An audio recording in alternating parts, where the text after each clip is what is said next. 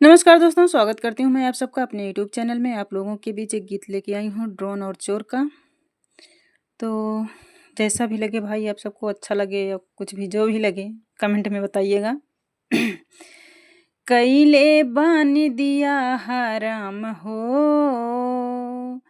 कैले बानी दिया हराम हो, रतिया उड़े डोरो नावा। कैले बानी दिया हराम हो, रतिया उड़े डोरो नावा। उड़े डोरो नावा रतिया उड़े डोरो नावा, उड़े डोरो नावा रोजे उड़े डोरो नावा। कैले बानी दिया हराम हो, रोजे उड़े डोरो नावा। कैले बानी दिया हराम हो, रोजे उड़े डोरो नावा। एही से नीक रहे बीतल कोरोनावा, एही से नीक रहे बीतल कोरोनावा।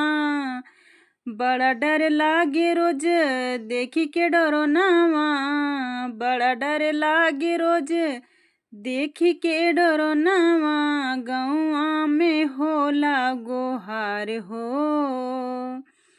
गौआ में होला गोहार हो, रतिया उड़े डोरो नावा। गौआ में होला गोहार हो, रतिया उड़े डोरो नावा। कैले बानी दिया हराम हो, रतिया उड़े डोरो नावा।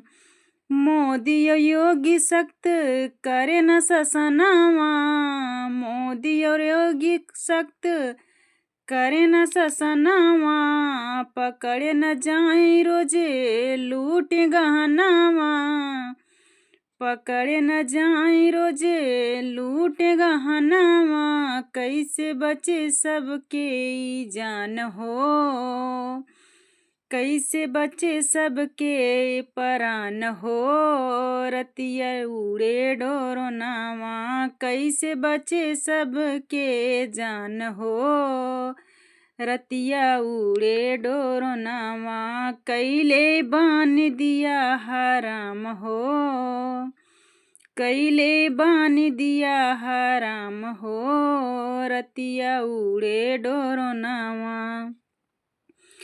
कैले बानी दिया हराम हो, रतिया उड़े डोरो नावा।